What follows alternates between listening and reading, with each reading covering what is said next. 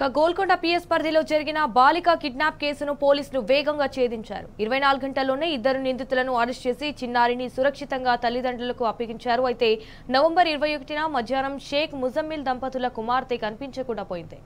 ఇంటి నుంచి బయటకెళ్లిన బాలిక తిరిగి రాకపోవడంతో తల్లి నూజత్ ఫాతిమా గోల్కొండ పోలీసులకు ఫిర్యాదు చేసింది. అయితే ఫిర్యాదు అందుకున్న వెంటనే పోలీసులు సంఘటనా ప్రాంతంలోని సీసీటీవీ కెమెరాలను పరిశీలించారు.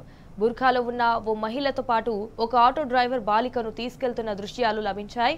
వెంటనే 9 ప్రత్యేక బృందాలను ఏర్పాటు చేసి దర్యాప్తు చేపట్టారు. దర్యాప్తులో మాజీ దంపతులు సమ్రీన్ బేగం, మొహమ్మద్ ఫయాజ్ ఈ కిడ్నాప్ కు పాల్పడినట్టు తెలిసింది. విడాకుల తర్వాత కూడా ఇద్దరు కలిసి ఉంటున్నారు.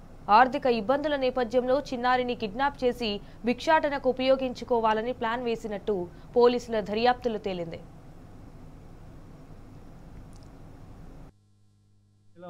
21వ తేదీ సాయంత్రం 6 గంటల సమయంలో నుజత్ ఫాతిమా అనే వ్యక్తి పోలీస్ స్టేషన్కి వచ్చి ఒక ఇంగ్లీష్లో కంప్లైంట్ ఇవ్వడం జరిగింది.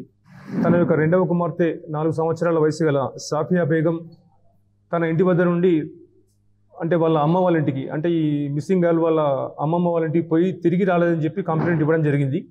సాయంత్రం 6 గంటలకు వచ్చి వాళ్ళు సాయంత్రం మనకు కంప్లైంట్ ఇవ్వడం జరిగింది.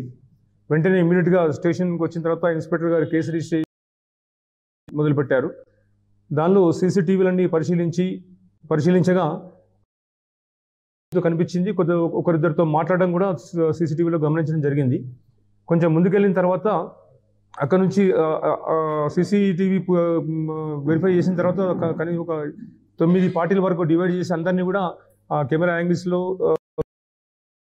చేయడం సీసీటీవీ వెరిఫై దానిలో భాగంగా కంటిన్యూ చేస్తుంటే నిన్న మధ్యాహ్నం 2 గంటలకు హక్కింపేట వద్ద ఈ పాప ఎవరైతే మిస్ అయింది మన సాఫియా బేగం అనే మిస్సింగ్ గర్ల్ ఉందో ఆ పాపను కనిపెట్టడం జరిగింది. అక్కడే తనతో పాటు ఫయాజ్ అనే వ్యక్తి ఆటోలో పోయినట్టు కూడా ముందే గమనించడం జరిగింది. ఆ ఆటోతో సహా ఫయాజ్ను తర్వాత ఫయాజ్ యొక్క భార్య అయిన ఆ ముగ్గురిని అదుపులోకి తీసుకొని నిన్న సాయంత్రం ఇక్కడికి స్టేషన్ రావడం జరిగింది. వివరాలు సేకరిస్తే అంతకుముందు ఆ ఇద్దరు ముద్దాయిలు ఫయాజ్ సమ్రీన్ బేగం ఇద్దరు కూడా అంతకుముందు భార్యాభర్తలు ఒకసారి ప్రెగ్నెన్సీ వచ్చి పోవడం జరిగింది. తర్వాత విడిపోయి ఫయాజ్ అనే వ్యక్తి మళ్ళీ ఇంకొక మ్యారేజ్ కూడా చేసుకోవడం జరిగింది. ఈ రీసెంట్గా మళ్ళీ కలిసి ఉండడానికి అతనితో కలిసి ఉండాలనే ఉద్దేశంతో ఈ సమ్రీన్ బేగం ఫయాజ్తో ఆల్రెడీ మనకు డివైడ్ అయ్యే ముందు మనకు పాప ఉంది. అది మా బంధువుల ఇంటి దగ్గర ఉంది, నువ్వు వస్తే చూపిస్తానని చెప్పేసి ఒక డ్రామా ప్లే చేసి ఈ పాపని తీసుకొని వెళ్తే తిరిగి మళ్ళీ తన సంసారం కలిసి ఉండొచ్చి హ్యాపీగా లైఫ్ లీడ్ చేసిన ఉద్దేశంతో ఆమె ఈ అఫెన్స్ చేయడం జరిగింది.